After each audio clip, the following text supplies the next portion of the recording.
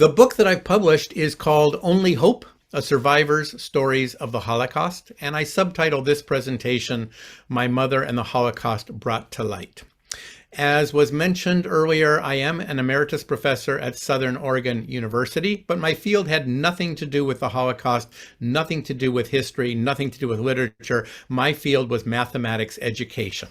Having taught younger learners for 31 years, at every level, kindergarten through high school, the university hired me to train the next generation of teachers who will be teaching mathematics. Mainly, I was working with future elementary teachers who, that will be an important part of their job, is teaching mathematics. It was only after I retired that I created this publishing company, Falabra Press, and there at the bottom you see the website for the book, onlyhopebook.com. This is my mother's family. My mother grew up in a small town in Poland called Pabianice, and everybody in this photograph was murdered, with the exception of my mother. My mother is in the upper right corner. I believe she is either 16 or a young 17 in this photograph. She can't be much older than that because when she was 17, that's when certain members of the family got taken away, deported, and were never seen again.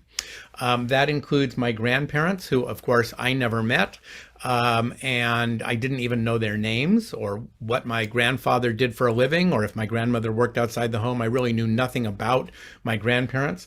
My great-grandmother lived with the family as well, and everybody else in this photograph would have been an uncle or an aunt to me if they had lived. They were brothers and sisters to my mother. My mother tells her stories from the perspective of a Jew growing up in Poland, and I want to acknowledge that it wasn't just the Jews who suffered during the Holocaust.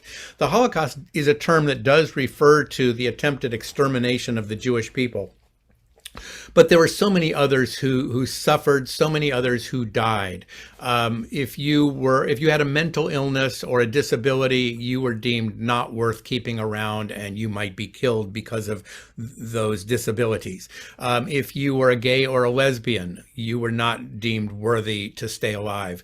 There were people who tried to protect their Jewish friends, many of them Catholics, who did their best to protect and hide their Jewish friends. And if they were caught, then they would often pay with their lives for that. Just speaking out against what the Nazis were doing could cost you your life. But my mother tells her stories from the perspective of a Polish Jew.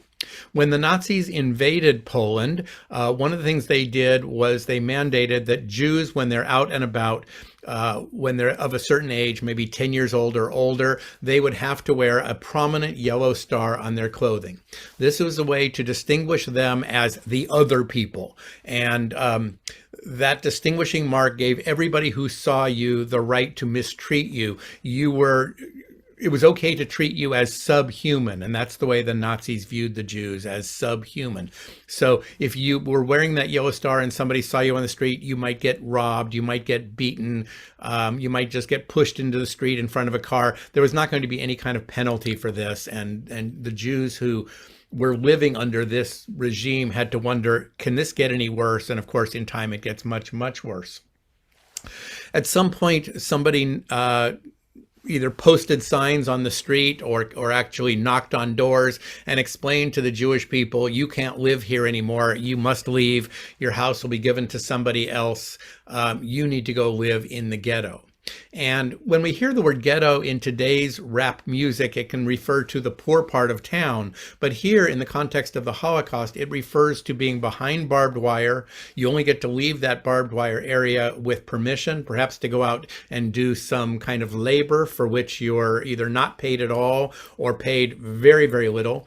You're living in a dwelling with far too many families in it for anyone to be comfortable. You might be sharing a single room with 3 or 4 other families. You may or may not have running water. You may or may not have electricity. And so you are begging, borrowing, and stealing just to make do and get through another day, hoping that one day will turn into 2 and 2 will turn into 3, and you can somehow stay alive when everything around you is just the conditions are just terrible. Just terrible. And again, the question has to be asked, can it get any worse? And of course it does. My mother grew up in this little town of Pabianice. She did not know my father growing up, but he was nearby in the town of Lodz. Lodz is a much bigger city than Pabianice. Both of them were eventually taken from their homes and sent to their respective ghettos. There was a Pabianica ghetto and there was a Lodz ghetto. The Lodz ghetto was so large it had over 100,000 people in it. At one point, the Pabianica ghetto was liquidated and everybody sent to either concentration camps or to other ghettos. And my mother was sent to the Lodz ghetto. So they were there together, though they didn't know each other. And they still did not know each other when, in separate transports, they were both sent to Auschwitz. Auschwitz is the most well-known of all the concentration camps, in part because so many people went through Auschwitz or died there. But another reason that so much is known about Auschwitz is that it served a dual purpose. It was a concentration camp where they concentrated people and forced them to work and sometimes shipped them out to work for local companies and would get paid by those companies. And the pay would not go to the workers. It would go to the German government.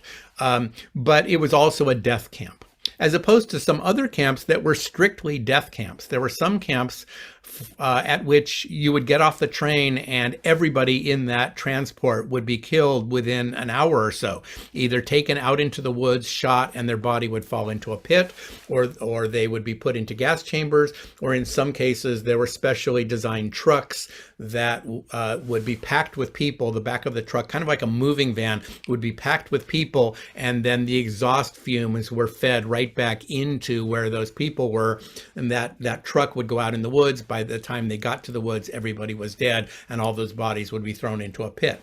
So the death camps, the ones that were only death camps, nobody lived to survive to tell about them. So little is known about them.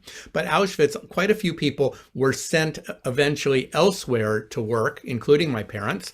My parents survived several months at Auschwitz, which was beating the odds because most people were killed immediately after getting off the train, or if they were going to be housed at Auschwitz, they had a life expectancy of about 2 months. And my parents both survived more than that time.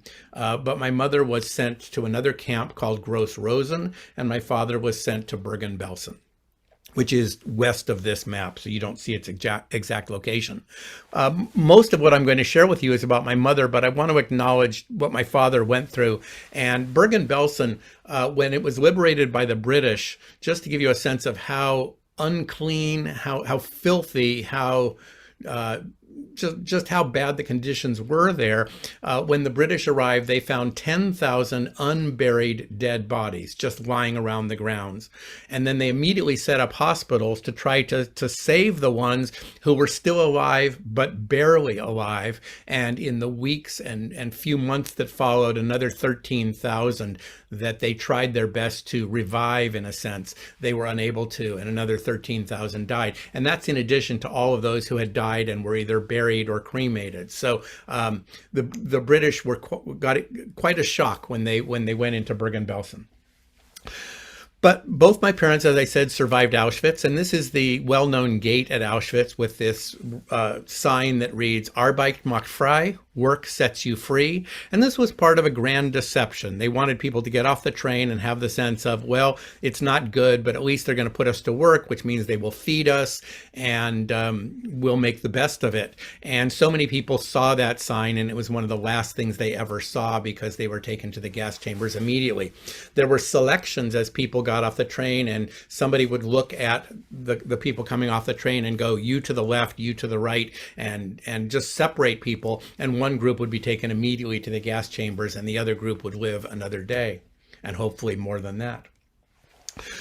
My mother describes so many things in Auschwitz happening in groups of 5. For example, each day there would be a daily roll call very, very early in the morning and another one at night, and the prisoners would be lined up in groups of 5. And you'd either be standing in the mud, or perhaps you'd be told to kneel in the mud, and you have very little to keep you warm, and you're in groups of 5 so that they can count you easily.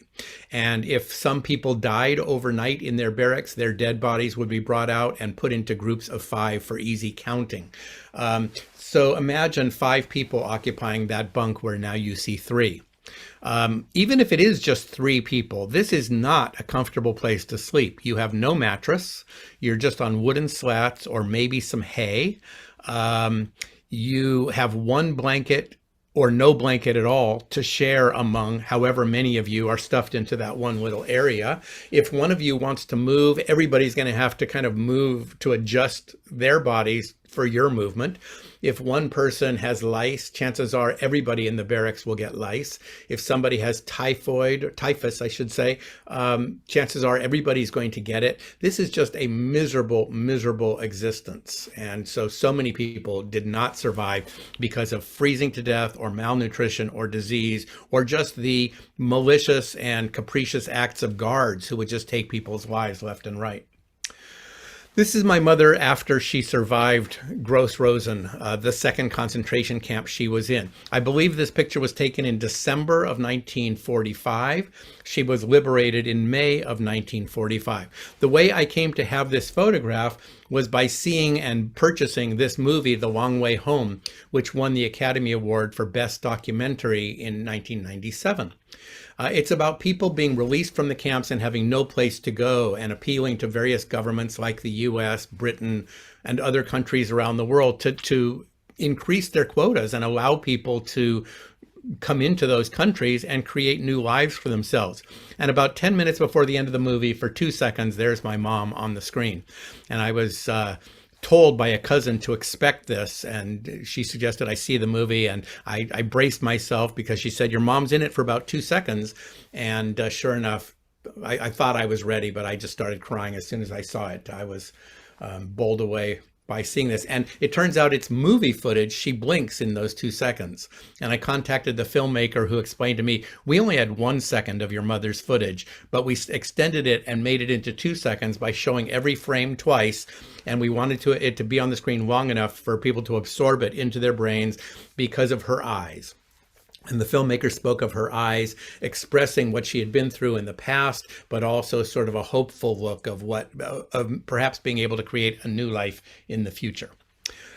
My father had a brother. My mother lost all 8 of her siblings, but my father had a brother who was in relatively good health when he was released from the concentration camps, unlike my father, who was in very poor health.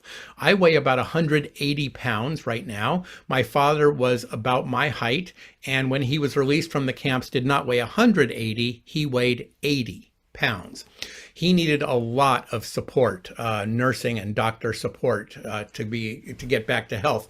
But his brother, having heard through agencies like the Red Cross that his brother was alive, my father's brother, David, traveled to where my father was, presented himself at this refugee camp and said, I'm here to see my brother, Irving Lubliner. And they pointed to my dad and said, well, he's right there. And my uncle insisted that that was not his brother. And they said, well, we think that, he answers to that name, so you should go talk to him. And when my uncle approached my father, neither recognized the other, but only when they started talking to each other did they realize, hey, we're brothers. And my uncle was engaged to be married to Helen, and Helen met my father and said to him, I know a woman from my village, Pabianice. She has survived the Holocaust. You should meet her. I think you'd like her. She introduced my parents. They fell in love and got married. There was another Helen on my mother's side of the family that I will tell you about shortly. These are my parents coming over from Europe to the US. My mother had an aunt, Helen, who left Europe prior to the Holocaust, got out safely, and created a new life for herself in Oakland, California. When my mother was liberated and married and had a child, she made contact with her Aunt Helen, and Helen said, come to America, come to Oakland, California. I'll see to it that you make a new life. I'll help you get started. So with my older brother, Joseph, I was not yet born, they made their way to Oakland, California. My mother passed away 47 years ago. My father passed away 42 years ago, and my brother passed away 40 years ago. I miss all 3 of these people greatly. I wish my brother were alive so I could bounce my memories off of him, and he could help me remember things that I've forgotten, but unfortunately he did pass away. My parents tried very hard to give me the most normal American kid upbringing they could. They saw to it that Joseph and I had piano lessons and participated in Boy Scouts and sports at school and activities at the recreation department. They did not want us to grow up in fear of the Holocaust. And so they just wanted us to have the most normal American upbringing that they could provide for us. And that meant we weren't talking about the Holocaust. They would respond to my questions if I asked things like, why do you each have a tattoo on your arm? They would explain to me that we were prisoners in the war and our captors tattooed us. If I asked, well, why don't I have grandparents? They would explain to me that my grandparents had died in the war. But I sensed that there was a lot of grief associated with answering my questions. And so my tendency was to stop asking questions. And I regret that now. Every year I saw my parents light a memorial candle in honor of their loved ones. I had no idea how many loved ones. I just saw them doing this on an annual basis, lighting these candles and saying prayers in Hebrew. But the names of the people being memorialized were not mentioned, and I just had no idea how many or who these people were. I had some awareness that my mother was speaking about her experiences during the war to other people. And I started to hear words like Holocaust, and I got a sense of, oh, my mom is talking about the Holocaust. And every year she would go to San Francisco State University, where there was an annual class about the Holocaust, and she would speak to those students, and she might mention at the dinner table that she had done that at a given day. So I had some awareness of this, even at a very young age, maybe 10 years old or so. I knew she was doing this. I would also hear the tap, tap, tap of the typewriter late at night. And if I came downstairs and looked at the typewriter next to it, I would see what she had typed the previous night. She had insomnia and nightmares, so she was often up very late. And I would see words like concentration camp, Nazi, Holocaust, Auschwitz. So I had a sense that she's writing about this. I had no idea what the quality of her writing was. She came to this country in 1949, did not know any English. And by 1961, the first of her stories was published in the San Francisco Chronicle. I'm 8 years old at this point and not paying a lot of attention, but it just amazes me that she became a published writer so soon after coming to this country and learning a new language. This happens to be the shortest story in the book, and if we have time, I will read you this one story in its entirety as part of this presentation. But as I said, we weren't talking about the Holocaust. My mother was talking about everything to everyone. My mother was very, very outgoing. This is a photograph of my mother in my elementary school PTA talent show.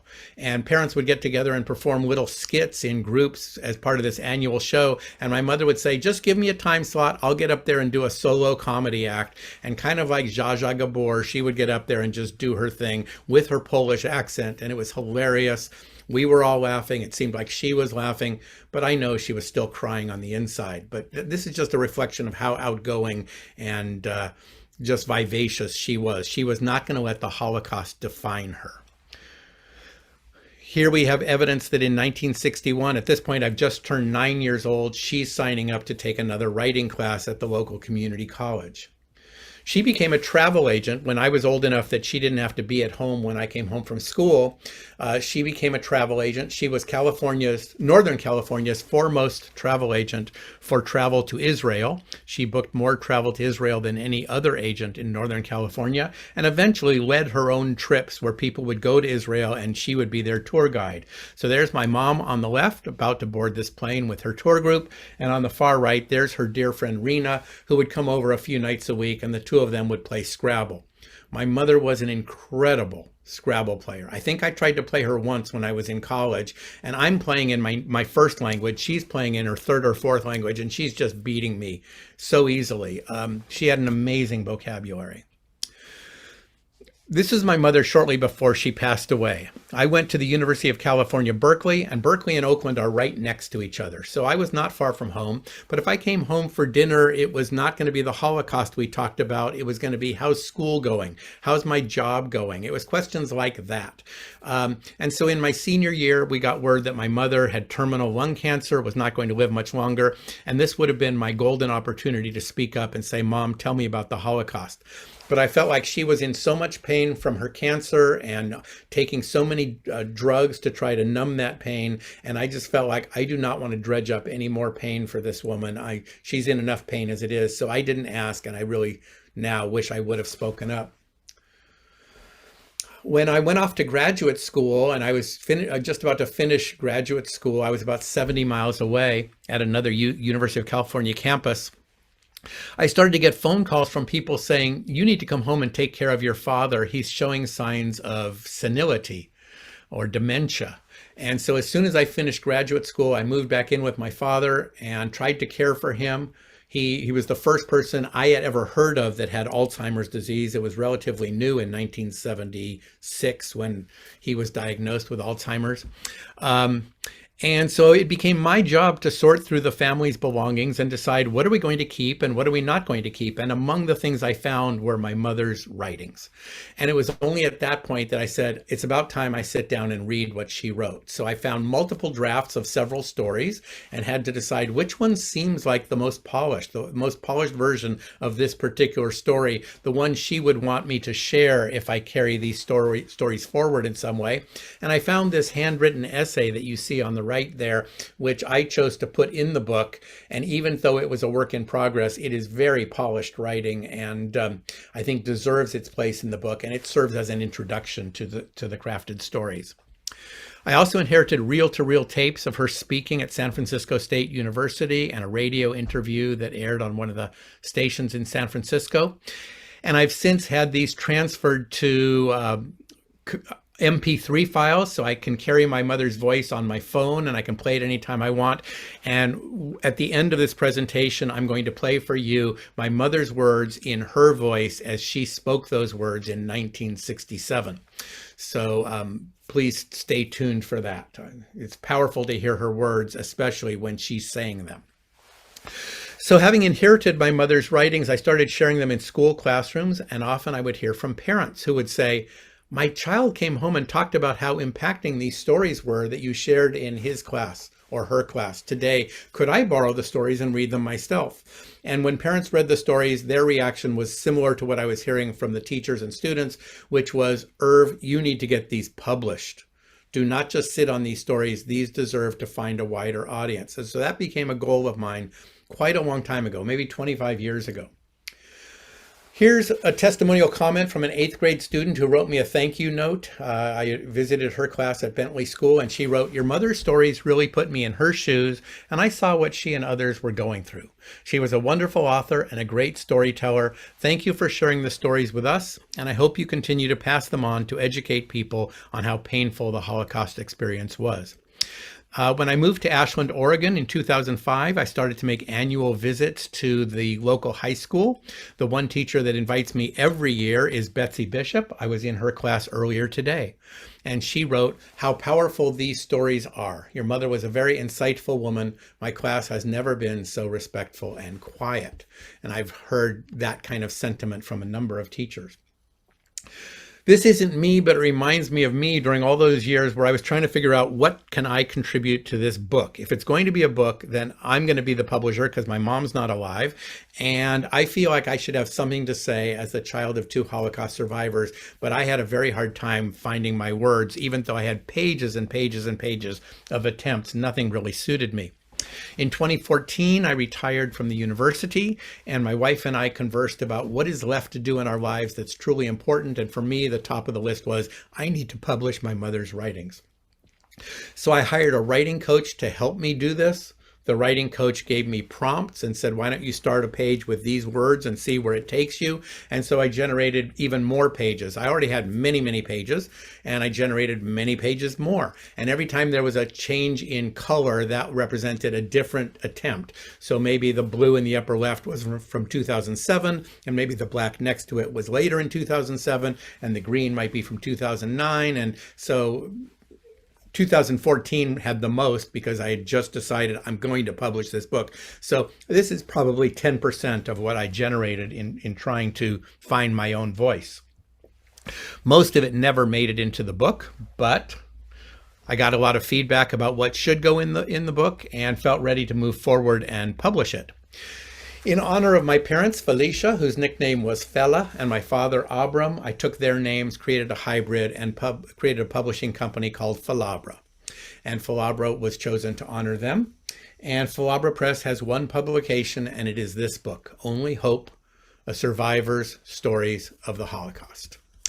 And you can see at the bottom, I wrote the foreword, I wrote the afterword, and I'm the book's editor. But it wasn't that my mother's stories needed to be edited. All I did as editor was decide in what order should these appear? Where should pictures go? I worked with a book designer on this cover. I worked with a book designer on the interior layout and the font and such. I decided what would go in the appendices. So I made some editorial decisions, but my mother's writing was polished enough that it did not need me to edit it. So I will end this PowerPoint with just one more image of my mother. Had she not been willing to look back on her experiences, even though it was the source of her insomnia and nightmares, had she not been willing to write about it and talk about it, I would not have a story to tell to you this evening. So what I'm going to do now is stop sharing and see you and just find out if anybody has a question before I start sharing excerpts from the book. I'm going to look at the chat and see if any questions have come in.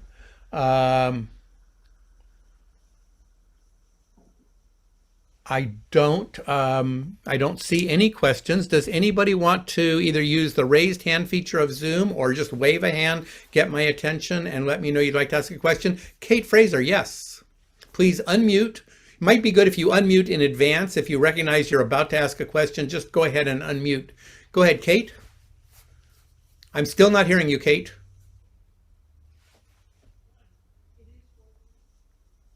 Let me come back to Kate and just find out if anybody. Wait, okay, there we go. Kate. The mute was controlled by somebody else. As you know, I'm writing a similar book about my parents' experience. And where did you get those pictures? Are those pictures from your mom, or are those just general pictures? I believe the picture of my mother's family was sent before they were moved into the ghetto. I think one copy of that photograph was sent to my mother's Aunt Helen in California. And so it was from that part of the family that I got that photo, because otherwise, no photos made it out.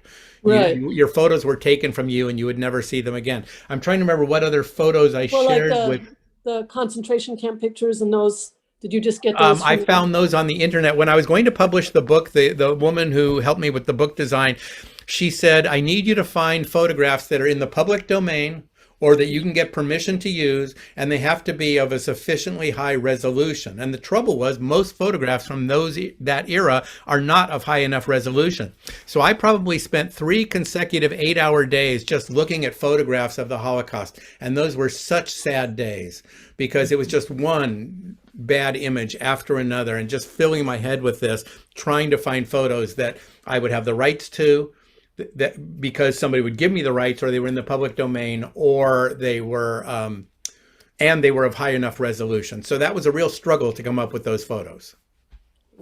Thank you for your question. Somebody has asked, do I have any stories from my father? Well, I have one that I'm going to share with you shortly as I read part of my foreword. I'm going to share something that will give you a sense of how my father handled his experience so differently than my mother's. My father was a very quiet man, unlike my mother, who first she was a seamstress and she was measuring people and talking to them and practicing her English. And then eventually she became a travel agent. So she was in the public eye and just constantly speaking to people. My father, when he first came to this country, had 2 8-hour-a-day jobs. He kind of worked warehouse kind of work. And so he didn't have much opportunity to practice the language.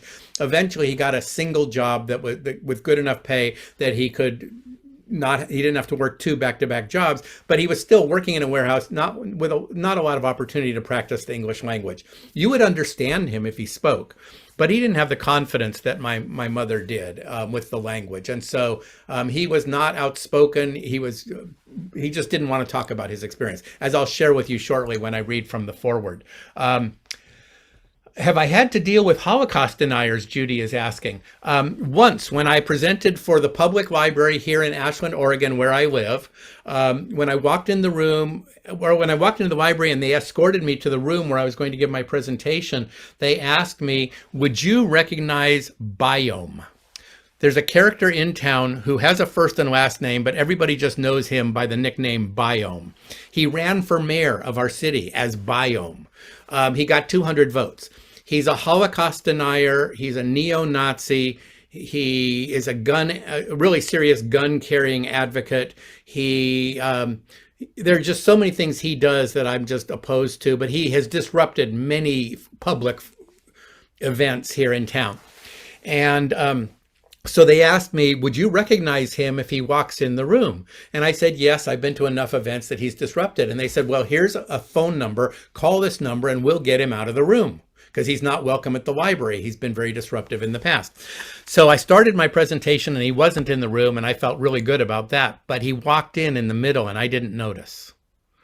And so when I was taking questions at the end of my presentation, he stood up and put me on the spot and said, well, my question is, why do you waste people's time with all this talk about the Holocaust? I've got a book here that's much more definitive than your book, and your book's just full of lies. This one tells the truth. And my question is, why do you waste people's time? And I looked right at him and I said, you have made a decision to ignore a tremendous amount of evidence. And just like you, I have to make decisions about what I'm going to ignore. And then I turned away and said, does anybody else have a question? And that was the end of interacting with him. So that was, it could have backfired. He could have started screaming at me, but fortunately he sat down and that was the end of that. So that's my response. Yes, on that one occasion, I've had to deal with a Holocaust denier. Somebody said, do you have any programs on video that are made available to teachers if they're allowed? It is more important than ever. I've done a lot of visits to classrooms. I've directed a lot of people to the book's website, onlyhopebook.com, where there are a lot of recorded presentations like the one I'm giving right now. There's an interview. There's a group called Authors Out Loud that asked if they could interview me, even though I consider my mother the author. They did a video that's posted to YouTube, and a link to it is on the book's website. And so I've directed a lot of people to see various videos of me presenting. I have a group in Arizona called Books for Classrooms. I was delighted that they purchased 75 copies of my mother's book and placed them in school classrooms. I've arranged to make a virtual visit to a classroom in Alabama next month. I'm trying to just make myself available. Oh, I'm doing a high school in Nebraska in 2 weeks. And what I encourage them to do is put everybody in an auditorium and have this Zoom call projected on a screen so we can maximize having as many students see it as possible. So I'm trying my best to make my mother's book available to schools. I'm trying hard to make myself available to schools. And somebody says, Kate points out there are many great Holocaust books for elementary students. That's very, very true. I recommend my mother's book for 7th grade and up. I've made many visits to 7th grade classrooms and above, but probably younger than that, maybe not appropriate. Maybe for a parent to share with their child, but I don't think I'd want teachers to try to do it with 6th grade and younger. I'll take more questions soon. I hope I took everything that had come in, but what I want to do is start reading.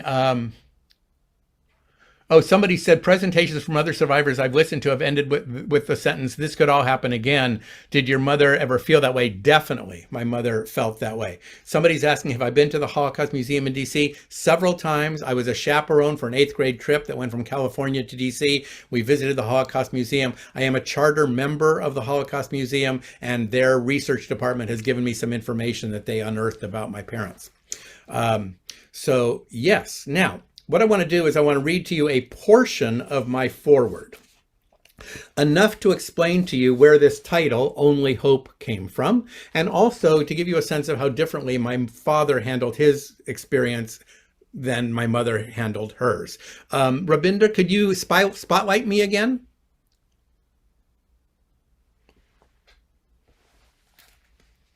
I'll just start. You're in the spotlight. Oh, okay. Maybe it's that I was on gallery view. Okay, very good. So my foreword begins like this. My mother wrote, my father spit. My mother talked, my father spit. My mother told her stories to anyone who would listen. My father spit. My mother wanted to share her Holocaust experiences with you, and she did so by writing the stories that you hold in your hand. My father kept his own experiences locked up tight within himself, and then he spit. Both of them were deeply affected by what they suffered in their teens and 20s. It is baffling to me how they were able to live what those around them, those who didn't know any better, would call normal lives. My mother's way of processing and integrating her experiences was to get close to people and then share her deepest secrets, letting them feel her pain. My father kept his own pain locked up within almost until the end of his life. Shortly after my mother's death, my father was diagnosed with Alzheimer's disease, and I tried caring for him at home. He had always enjoyed stamp collecting, and someone had given him a bag of European stamps from the 30s and 40s. He hardly ever talked at this point, but he was very content to examine and sort the stamps. One night he was looking over his stamps one by one as I graded papers. All of a sudden he became quite agitated. Looking in his direction, I saw the stamp in his hand bearing a picture of Hitler and, if I remember correctly, a swastika. Without saying a word, my father angrily spit on that stamp. My father did not, as a rule, call attention to himself, and I had never seen him spit. He was also not one to ask others to focus on what he endured and lost as a young adult.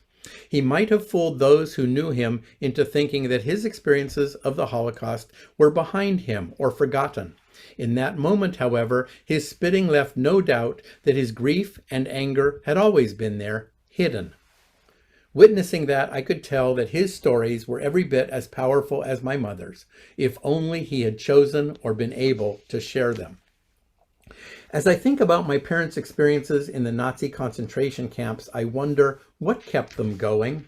With too little food, death all around them, savage beatings doled out to those not doing their assigned slave labor quickly enough, and the loss of all that had once been dear to them, what could they do to summon the will to live another day? The only answer that comes to me is they could hope. With shattered dreams, interrupted educations, no homes or families to which they might someday return, and a horrifying day-to-day existence, they could not make plans for their futures. They could only hope. Would each day's meager food ration provide enough sustenance to stay alive until tomorrow? Would the doctor making the selections of who should live and who should die allow them another day's salvation? If yesterday they were lucky to avoid being singled out by a capricious and malicious guard, would that luck last through another day? They could only hope. Would the torn rags that had to suffice as clothing provide enough warmth at night to avoid freezing to death? Would the diseases that ran rampant throughout the camps, taking many lives, spare theirs? They could only hope. My mother, Felicia Lubliner, died in 1974, but she lives on in the pages you are about to read. She also lives on in the hearts and minds of the many people who have read and been impacted by her stories. You are about to enter her world, and I am confident you will be grateful that you decided to go there. And the rest of the foreword introduces the reader to my mother in much the same way that today I used PowerPoint slides to introduce you to her. I'm going to just turn on a light so it's a little brighter in here. Excuse me. And I'm going to now read to you from that handwritten essay that my mother wrote. I have no idea whether this was something she intended to keep working on and maybe have it be a published piece, a written piece, or if maybe it was going to be something she would deliver orally. I have no idea. But its title is Follow Me into Auschwitz, and I'm going to read you the last several paragraphs of it. And this notion of follow me, it's sort of an invitation to come with her. Let her escort you into Auschwitz and have you get a sense of what took place there and have you meet some of the people and not just think, oh, 6 million Jews died in the Holocaust. Well, it's 6 million individuals and each of them had a name and each of them had interests and each of them had personalities. And she wants those people to be remembered for who they were, not just as numbers. So it's an invitation to come with her and have that experience yourself if you're willing. So I'm going to pick it up in the middle and read you to the end. What would you have done if it were your freedom and your life that were being threatened by the Nazis? What if it were your brothers, your children, your brothers and sisters, and your dearest friends that were being taken away, never to be seen again? Would you have fought the Nazis with your bare hands? Would you have chosen to die by your own hand rather than let yourself be driven to the gas chambers? Accusations have been made that Jews behaved cowardly and let themselves be slaughtered by the millions without resistance. This is not true. There was resistance, not only desperate, armed, and heroic, as in the case of the Warsaw Ghetto, but day-by-day resistance and a will to withstand, to outlive. Death was cheap at Auschwitz. It was ever present, stinking its way into your very brain, blackening the sky with its smoke, looking at you from the barrels of guns and from the eyes of the condemned. Death was with you during the dreaded roll calls, where at dawn and dusk you stood for endless hours in ankle-deep mud with only rags between you and the biting chill of the wind. It was easy to die at Auschwitz. One did not have to be a hero to die. There were many ways you could have saved the SS the work. All you had to do was give up. Give up willingly, the spark of life still flickering in you. That was the last thing you had, which they were so determined to take. You could have risked your own life and tried to attack an SS guard, as has been suggested by Dr. Bruno Bettelheim in his book, The Informed Heart. This, even if it were possible, would have been not only a foolish way to commit suicide, but it would have been murder as well.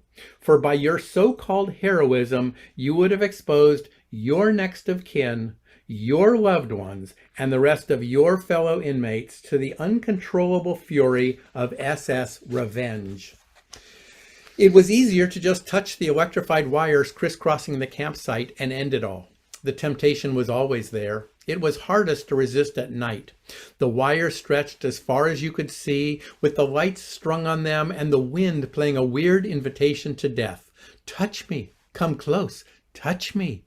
It took great strength to resist, but we resisted. I resisted the temptation. Dying makes sense if one has a cause to die for. We had no such cause. We had a great cause to live. By my own death, I could not possibly have saved anybody nor accomplished anything. It would have been a futile gesture and an easy way out, and it would have proved that deep in my heart, I believed that Auschwitz is forever. It would have meant admitting to myself that this screaming, insane world around me represented the universe. I chose to live. For every hour lived at Auschwitz was a victory. And if I had lost in the end, I would be marching to meet death, along with the others, without tears, without dramatic outbursts, but in a silence that shrieked its mute protest into the unheeding heavens and a deaf world. The world was not prepared for Auschwitz. It was, in fact, a place unbelievable even for its inmates. No words can really adequately describe this weird world, unlike anything mankind had ever known. In order to understand its implication, you actually had to be part of it. I'll have to be autobiographical, but follow me, if you will, into Auschwitz and spend a day there and meet some of the people in the nameless mass of bodies. Try, if you will, to feel, even for a moment, that you could have been one of them, that in fact you were one of them. And that's from my mother's essay, Follow Me into Auschwitz. I'm going to take you on sort of a tour of the book. Most of the portions of it I won't have time to read at all, but what follows that is a biographical timeline, because people are often curious about the important dates in my mother's life, how old she was when certain landmark events happened to her. The first of the crafted stories, crafted in the sense that there were multiple drafts and I had to choose from among them which one seemed the most polished. The first of those stories is called A Package of Hope. And I mentioned that my mother had an aunt in Oakland, California, and my mother's family was in a ghetto, and there's a knock on the door, and everybody dreaded knocks on the door because it could mean bad news. But in this case, it was a messenger with a claim check and say, take this to the postal office, there's a package waiting for you. So certain members of the family go and pick up this package, and it's from my mother's Aunt Helen in Oakland, California. Somehow it made its way to Europe, made its way to the little town, and made its way into the ghetto, and the family got the package. Well, they set it down on the table, and they don't even need to open it. The package itself just represents hope to the family. And the word gets out among the neighbors that the Bornstein family has received a package from America, and the neighbors are all stopping by because it's unbelievable that a package has reached them. And they also want to be able to sort of cash in on this opportunity to have some hope. And eventually they open it, and everybody's kind of celebrating what's inside, which is various food items that typically they wouldn't have access to. And the question is, should my mother's mother dole it out over several meals, or should we just make one big feast? And so it's all about the day that the package arrives and just what it meant in terms of giving hope to the family. My mother never wrote about the transport between the ghetto and the concentration camps, but many other writers have talked about that. Typically, people herded into a cattle car. There's so many people in that cattle car that you can't sit down. You're in that cattle car for maybe 3 days with a little tiny loaf of bread that you don't know how long it has to last you. People around you are dying and their bodies are just being pushed in a corner. If you have to use the toilet, there is no toilet, so you use a bucket in front of everybody else. Really very, very awful conditions in these cattle cars. My mother never wrote about that, but she spoke about it in one of her presentations at San Francisco State. So to create a flow from ghetto to concentration camp, I inserted the transcript of that presentation there. That's an example of one of my editorial decisions that I had to make. So there is a transcript from her speaking in 1971 at San Francisco State. Then there is this story that was published in the San Francisco Chronicle, and it is the shortest story in the book, and I'm going to read it to you now in its entirety. There's one word you're going to hear that you probably will not know the meaning of. You're going to hear the word leader, as in the leader of a group, the way you're used to hearing it, but you're also going to hear me try my best to say it with a German accent once. I'm going to say Leader. And when you hear that word in German refers to a particular kind of German song, generally associated with the Romantic period. So there are certain songs that a German would say, oh, that's a Lieder. And my mother uses that term, and now you know what it means. So this is the story Concert at Auschwitz. I was sent to Auschwitz late in 1944, when the war in Europe was already 5 years old. For us, the Jewish people in Poland, those were long, terror-filled years when I learned the paralyzing effect of fear, when my healthy young appetite was replaced by hunger that kept me awake at night, gnawing inside like a worm, and when the only defense against humiliation was our contempt for the tormentors. I was already then a veteran of 2 ghettos and had lost trace of my father and 2 sisters who were sent away and never heard from again. I thought I had seen and lived through the worst. Then I came to Auschwitz. I remember every day and everything that occurred, but some things, fragments and pictures, stand out more sharply in focus. One of them is this unbelievable picture of my first day in Auschwitz. There I was, dressed in pitiful rags, thrown to me at random after my clothes had been taken away, barefoot with no undergarments. My freshly shaven head was naked and shamefully exposed. I was sobbing in despair. I was separated from my mother when we came off the train. I did not know then what was happening to her, that she was being led to the gas chambers to die. I longed to be with her. She looked so forlorn and frightened as we were forced apart.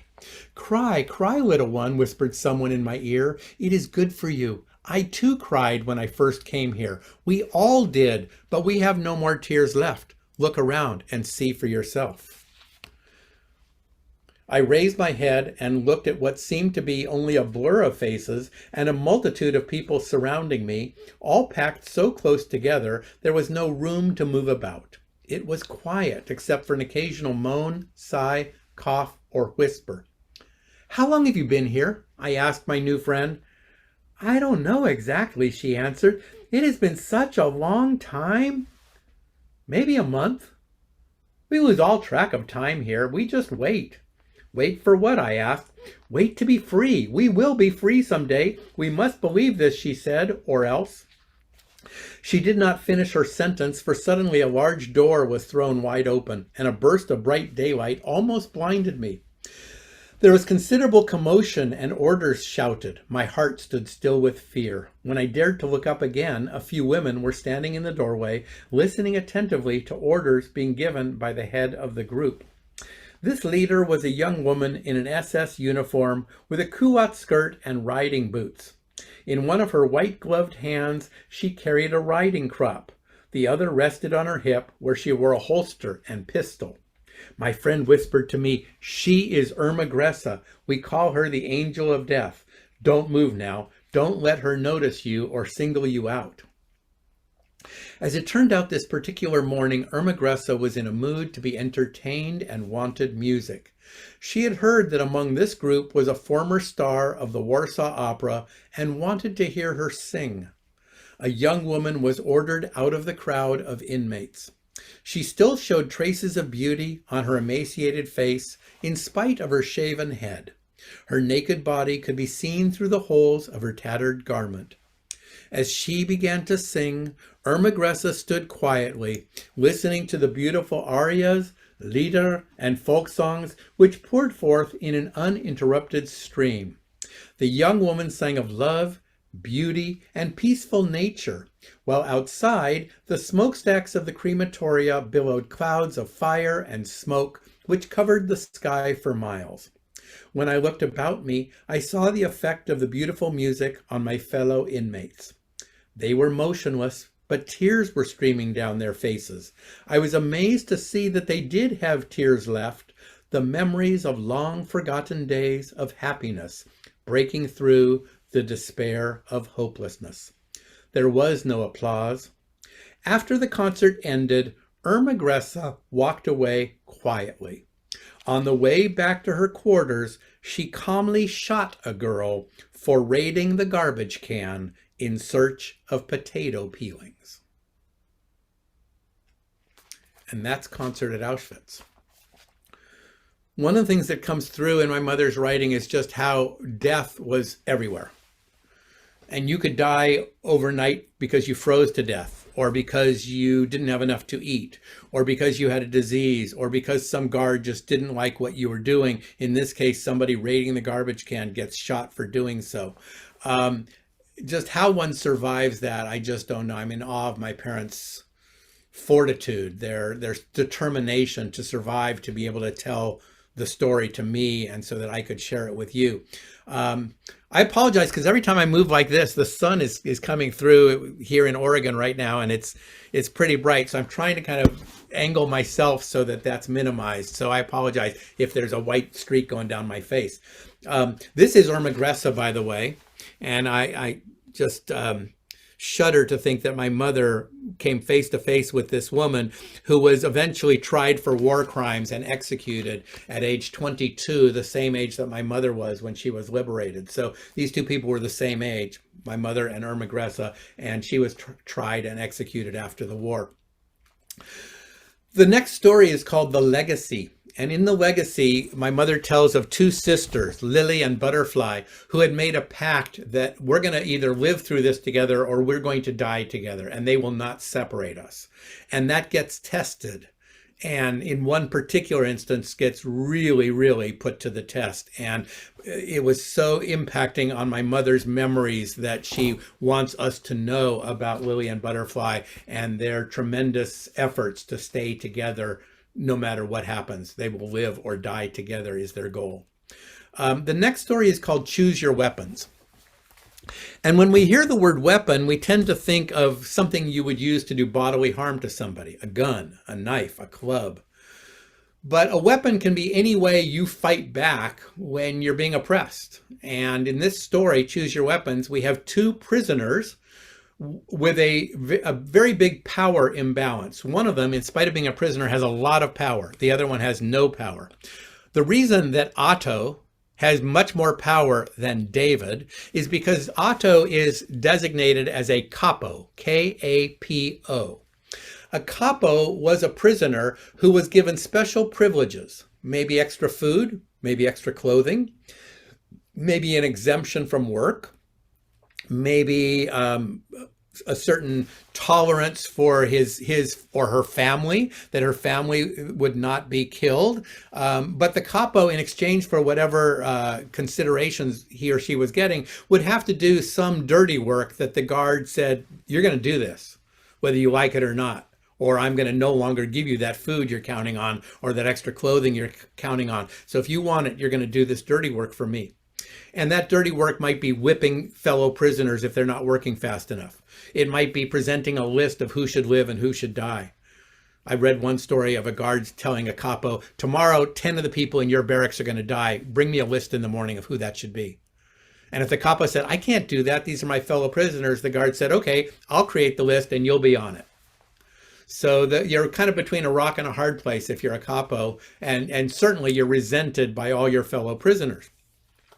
Well, in this story, Otto, who is a capo, and David have this power imbalance, and David realizes that in spite of Otto getting extra food, he's still stealing food from the other prisoners and either eating it himself or giving it to his friends. And so David complains to the commandant of the camp, and the commandant says, thanks for letting me know, I'll take care of this. And the way he takes care of it is to tell Otto, David has complained about you. Make an example out of David and show the other prisoners what happens if they complain. So now Otto is making David's life miserable every day. David is getting beaten, gets his teeth kicked out, and somehow every day he wakes up with kind of a smile on his face, and people are going, how does he keep going? Well, it turns out he's got some weapon with which he's fighting back. He's got a scheme going that I'm not going to reveal to you. But when I read this to high schoolers, it's often their favorite story because they like rooting for the underdog. And in this case, David is very much an underdog, but he has something he's doing to fight back.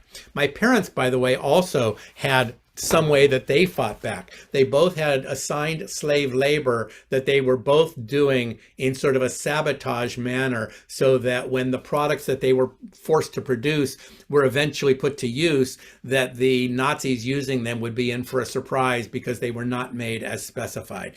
Both my parents did this at tremendous risk, and it was only in the last 10 years or so did I learn about this because somebody documented it and sent the documentation to a Holocaust museum, and then that was sent to me. So I'm so proud of my parents for being willing to take that risk. The next story is called The Choice. And in The Choice, my mother and her fellow prisoners wake up one morning and the guards have fled. And they're looking around, go, wow, no guards. And now the men and the women who had been kept separate can be together. And the French prisoners and the Greek prisoners and the Italian prisoners can all join the Polish prisoners and the Jewish prisoners. And everybody's kind of, it's this hodgepodge of celebration. And some of the prisoners, the French in particular, were allowed to keep their musical instruments. So they bring their musical instruments and they're playing music and people are singing in multiple languages. And it becomes kind of a party. A lot of people are too weak to participate in the party, but for those strong enough, they're singing, they're dancing, they're raiding the kitchen, and they're bringing in food that they haven't been able to eat in years. And so for want of a better word, we'll call it a party. And it remains that way until a group kind of says, well, we're going to go out on patrol and see what's out there. And they find a guard in hiding and they bring her back. And now the group has a choice to make. What should we do with this guard? Should we treat her like she treated us? And a lot of people want to do that. And a lot of people say, no, they tried to reduce us to animals, but let's not make them the winners by being just as cruel as they were. We should show some mercy, even though they wouldn't show any mercy to us.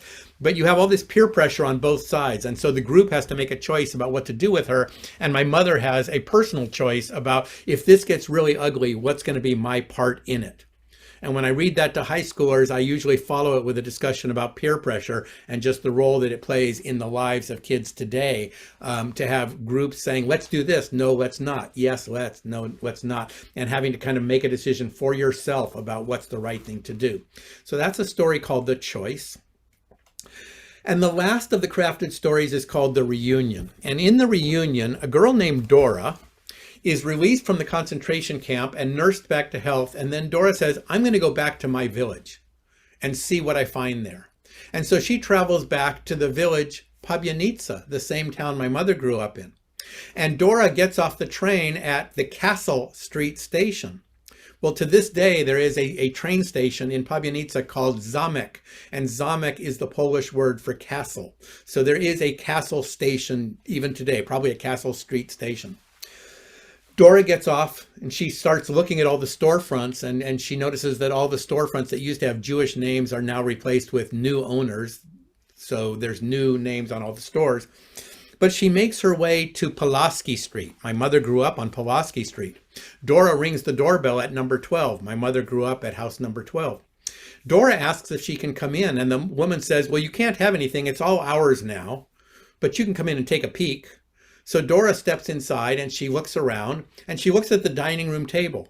And all these thoughts come into Dora's mind about who sat at the dining room table. And she mentions everybody by name, and the names she gives are the names of my mother's brothers and sisters who did not survive.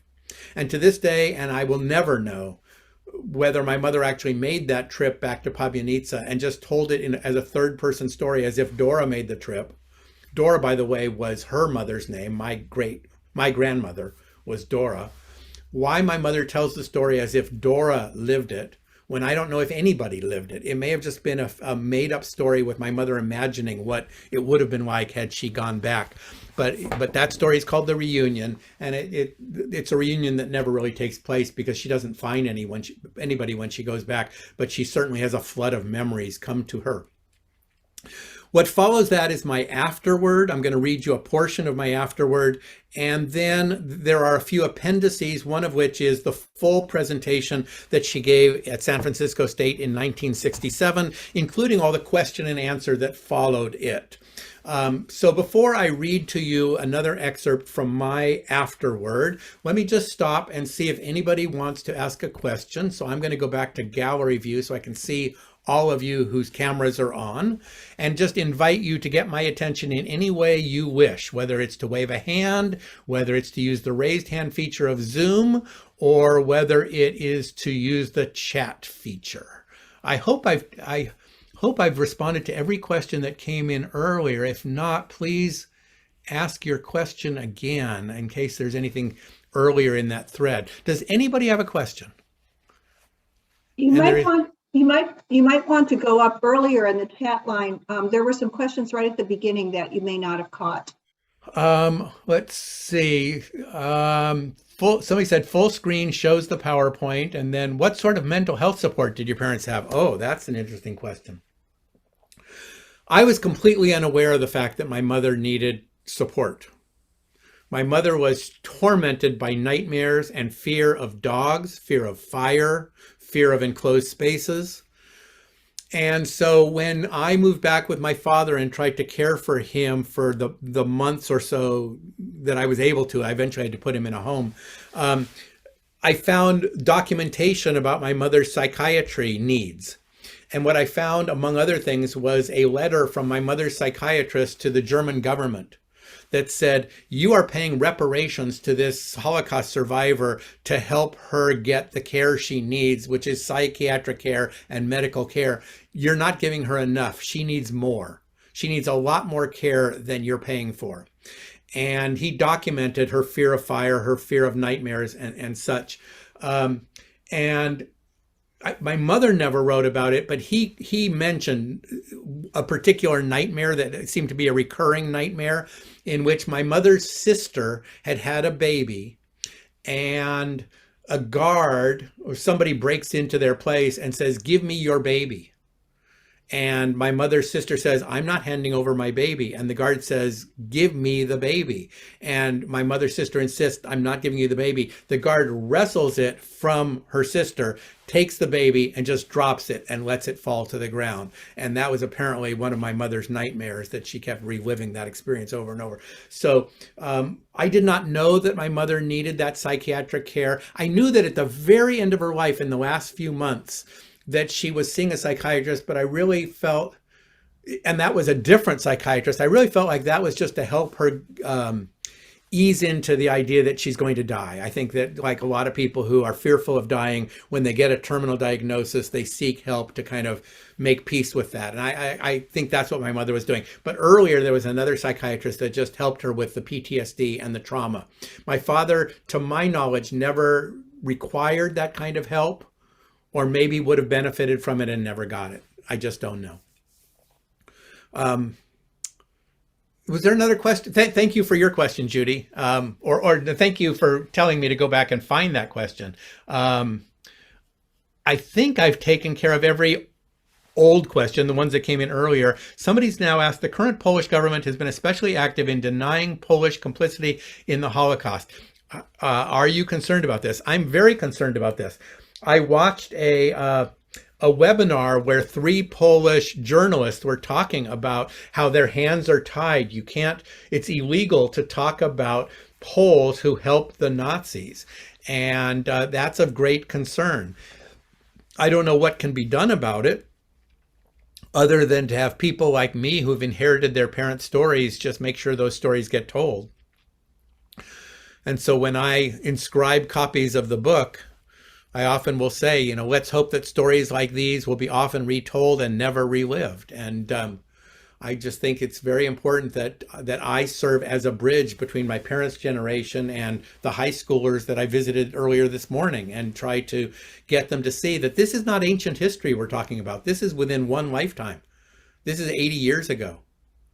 And when they hear a number, like I asked them, do you have a sense of how many people died? And one of them said, yeah, I know that 6 million Jews died and a whole bunch of other people died. And I said, well, do you have a sense of what 6 million looks like?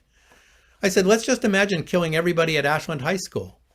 Okay, well, we're not there yet. Let's kill everybody in the city we live in, Ashland. We're not there yet. Let's just kill everybody in Portland. Well, we're not there yet. Let's kill everybody in Oregon. Now we're 70% of the way to 6 million. I'm trying to give them a sense of what an astronomical number 6 million is. And that's 6 million out of about 11 or 13 million, different estimates about how many people actually lost their lives in the Holocaust. 6 million happened to be Jews. So I think we need to do whatever we can to take these stories and pass them down to people who are old enough to hear them, learn from them. And another thing I said today was, all of you need to realize the Holocaust did not start with killing. The Holocaust started with pointing at people and going, you are the other people, and hate speech directed at these other people. And that is going on today. It's going on to African Americans. It's going on to Asians. It's going on to gays and lesbians. It's going on to too many people that are being pointed at as, you're the other people and you're the problem and you deserve to be treated as less than human. And it's hate speech that gets this all started, and then that becomes normalized. And so I try to make an appeal to people, don't let that continue. Call it out when you see it and try to put a stop to it. So that's my response. Thank you for such. I certainly thank you for such a sincere presentation. You're so welcome. Thank you for thanking me. I wonder, do you have many writings left? Many of her writings left? Will you be doing another book? No, everything that I had went into the book, with the exception of, I found the scripts of some of her comedy things that she did in these talent shows. Oh. So, yeah, I found the script, and I also found the program, which I could look through when I was in 5th and 6th grade. I found the programs, and sure enough, I looked through it and I go, oh, those 5 parents got together for that skit. Oh, 4 parents were doing barbershop harmony. And then I come to my mom, and there she is, solo, Felicia Lubliner, doing her thing. And so I'm so pleased to have that. But in terms of writings, everything that I have in the way of writings made it into the book. With the exception of a few articles she wrote about being a travel agent. She wrote one called Musing on Cruising that was all about going on cruises. And the only other thing I have is the transcript from this radio interview that now I kind of regret that I didn't include that in the book. It would have told some of the same stories, but in a different voice. But the radio interview did not make it into the book. But other than that, I wish I had more to share, Esther, but I don't. But thank you for your question. Any other questions before I wrap things up here and read to you from my afterword, and then you hear my mother's voice? Thank you. I know that this was publicized as being an hour, but there was kind of a mix-up, because generally when I do this presentation, it is 90 minutes long. And so I asked for permission to do the full 90 minutes, and I hope that you'll find it was worth it to stay tuned for 90 minutes. So I'm going to read you the beginning of my afterword. The afterword is broken up into 2 parts, and I'm going to read you the first part, which is prefaced with the 4 words, don't ask, don't tell. And it goes like this. Don't ask, don't tell. These words seem applicable to a set of unspoken rules that existed in my household as I was growing up. Wanting me to have a normal life, to think of myself as someone with unlimited potential and not a victim, and to enjoy the freedom gained by emigrating to the United States, my parents focused on the here and now, not delving into their past when speaking to me. This meant not talking about the family members they had lost, which included my grandparents, uncles, and aunts. The names of these people were not spoken in our household, and as a result, I know almost nothing about them. I wish I could help you, the reader, get to know my mother, but I feel as if I hardly know her myself. She passed away 47 years ago, and my memories have faded with time. She tried so hard to give me a normal upbringing, to shelter me from anything that would resemble her own shattered childhood. I think she was waiting until I was older, more mature, and curious to learn about her younger years, my deceased relatives, and what she endured in the camps. Had she lived longer, I'd have eventually reached that point, but this was not to be. When my mother died, there were so many questions left unanswered. I wonder why I never asked them. Is it because I, a rebellious teenager, was trying to keep my distance from her? Is it because I was too self-absorbed to ask my mother to tell me about her Holocaust experiences? Is it because I knew on some deep level that getting her to talk about those ordeals would dredge up horrific memories and trigger pain? Looking back, I think that all those things played a part in my not speaking up, asking the many questions I would ask if she were alive today. And the next part of my afterword is prefaced with the 4 words, do ask, do tell. And in the remaining part of the afterword, I encourage people to think about where they are in their own lives. And if they self-identify as part of the older generation, to look for the teachable moments to teach the young. Maybe it's their children or their grandchildren or their students, their Sunday school students, their nieces and nephews. Teach them in those moments that seem like you've got a captive audience and they will listen to you. Teach them about what life was like when you were young and help them understand where they came from. And if they self-identify, if the reader self-identifies as part of the younger generation, then I try to get them to think about who are the elders in your family? Who are the keepers of the stories in your family that you should be asking before it's too late? And I made this same pitch this morning at Ashland High School. And I asked each student to think about who is the oldest member of your family that you can think of? And how much do you know about that person? In your mind, do you envision that your parents will be there throughout your adult life? They might be. I thought my parents would be. I lost my mom at 21. I lost my dad to Alzheimer's at 24. I didn't expect they were going to die that young, and I missed my chance to ask them questions. So I always try to get the reader and I try to get my audiences to think about where they are in their lives and have these intergenerational conversations. It's a very important message that I try to convey. What I'm going to do now is skip to this presentation at San Francisco State, and I'm going to share my screen. And by the way, I will stay on and take any questions that you might still have at the end. But I know that, to go 90 minutes, maybe even longer than some of you intended to get on with me. I appreciate that you're still here. But what I'm going to do is I'm going to once again share my screen, and it's just going to go white. You're just going to see the screen go white.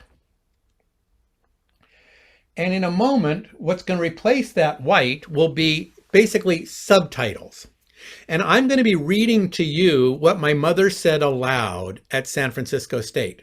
And the reason I'm going to be reading a portion of it to you is because the quality of the tape, we're talking about reel-to-reel tape from 1967. The quality of the tape was not good. And so I was able to make out what she said, but it doesn't come through very well. So I'm going to read a portion of it, and you'll see the subtitles. Then the subtitles will continue, but I will not be the voice. It will be my mother's voice as she said these words in 1967. So I'm picking it up in the middle of her presentation. This is 1967, San Francisco State, in a class studying the Holocaust. How would you feel in this unreal world? Could you imagine? It is not really real. It doesn't happen. It couldn't be happening. You sometimes think it's a different planet, that it isn't really you that's there. And then there is a final selection. You never know which way to run because one selection will take away the young people and one selection will take away the middle-aged people. The one will take away the ones that look, still have a little flesh on your bones. The other selection will come and take the real skeleton-like people. So you don't know who they're going to pick and in which group to find shelter. So you rub a little brick dust into your cheeks to look healthier. Perhaps you'll pass. There will be another day. And by tomorrow, the war might be over. You march in front of the doctor. The band is playing. He is whistling a tune. You pass in front of him. He looks at you. You're naked, of course. With a wave of his hand, he decides your fate. Rechts, links, right, left. Not until the vans come and take away a group do you really know which group is going where and where you're going to go. Then we watch the vans going away, packed with bodies, and you see eyes, hundreds of eyes, looking at you silently, moving away. What is the message? You see people from the vans taking off their shoes. That's if they manage to have any, to throw them back to the ones that were left. They won't be needing them anymore. And then you fight for those shoes to get them if you're left. So it's a struggle. But if you had preserved one spark of your identity, of what you were, of wanted to be, you have won. Dead or alive, you have won. And then if you're lucky, although at that time you don't think you're lucky, you don't know it, you survive the war, you find yourself alone, friendless, with no home, nothing to go back to. And again, you dare not yet think of future, so you think of the past. Now you think of the immediate past, you're filled with bitterness, you're filled with hate for everything. To the world that allowed this to happen. You hate yourself for having stayed alive while the others are dead. You think of the things you might have done, perhaps. Could you have put a little more of the brick dust on your little sister? Perhaps it would help her. Perhaps she too would pass this election. You think of these things. You think of revenge. You think a lot of revenge. And you also think of filling your belly, of having enough to eat, of having clothes, and a toothbrush. And you have to make choices again. Are you going to go through your life without having learned anything? Are you going to turn out to be a bitter, hateful person? Or are you going to turn your mind and try to see the world and yourself objectively and try to act and build a life that you think might be of some credit to you? You also think it might be of some credit to those that were not here to watch it.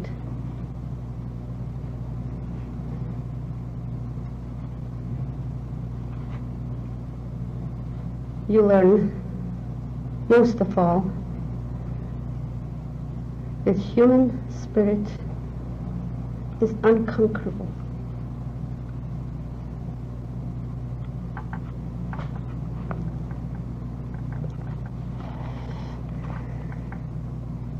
And if you had learned that, you somehow feel that perhaps you staying alive was worth all this.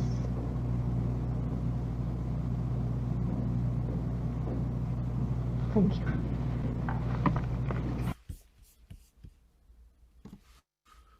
And with that, my mother thanked her audience, and I want to thank mine. Thank you so much for carving out this time and spending it with me and giving me this opportunity to share with you what my mother wanted us all to know. It's a small portion of what's in the book. As I mentioned, if the book is of interest to you, its website is onlyhopebook.com, just all run together as if it was one word, onlyhopebook.com. When I printed the book for the first time in 2019, I had no idea how many copies to print. I had no idea what was going to happen with this book. And the woman who helped me with the design, she said, well, how many copies are you going to get? I said, I don't know. And she said, I would suggest maybe 200, because I know a lot of people who print far more books than they can actually sell. So maybe 200 books, maybe you'll give 100 of them away to friends and family, and maybe you'll sell the other 100 or something like that. I went to the printer and the printer said, well, you can get 200, but if you get 300, it's less per copy, and 400 is even less. So I went for 400. I just figured we'll see what happens. So I got 400 copies of the book, and within about 3 months, I went back and got another 400 and then another 400 and everything out of my house. So, if you order a book through the website, that order comes to me a few seconds later, and I send you a copy of the book myself. Only recently, because of so many people requesting that an ebook be created, I created a Kindle version. So all of a sudden the book had a presence on Amazon all of a sudden. And I realized Amazon, in spite of me doing many of these presentations, Amazon's reach is a lot greater than mine. And Amazon can also make the book available in other countries. And so in August, I created a Kindle version, and only in the last 3 weeks, maybe a month or something like that, Amazon also has the paperback. So you can get the book from Amazon. You can get it directly through the website, onlyhopebook.com. If you know somebody who you think would appreciate a presentation like this one, you can direct them to the website where there are some recorded presentations. There's also a contact link that you can use to contact me, and that comes to me directly. When you think I'm contacting the publisher, well, you're contacting me because I am the publisher. So, any contact that you send through the website reaches me almost immediately. And I'd be delighted if you contact me with any resources you can share that you think might be of interest to me. If you have questions that didn't get answered this evening that you'd like answers to, if you have a special request like an inscription in a book copy, please feel free to use that contact link on onlyhopebook.com. As I said, there are recorded interviews, both audio and video there. And if you know of a civic organization or a church group or a school group that would appreciate this, I'm just constantly looking to expand the reach of my mother's writings. So if you know of some organization, maybe a Rotary Club or something like that, that would appreciate a presentation like you just heard, please help make that connection. I would really appreciate it. And now I'll just shut up for the moment and just see if any of you have additional questions that I can take.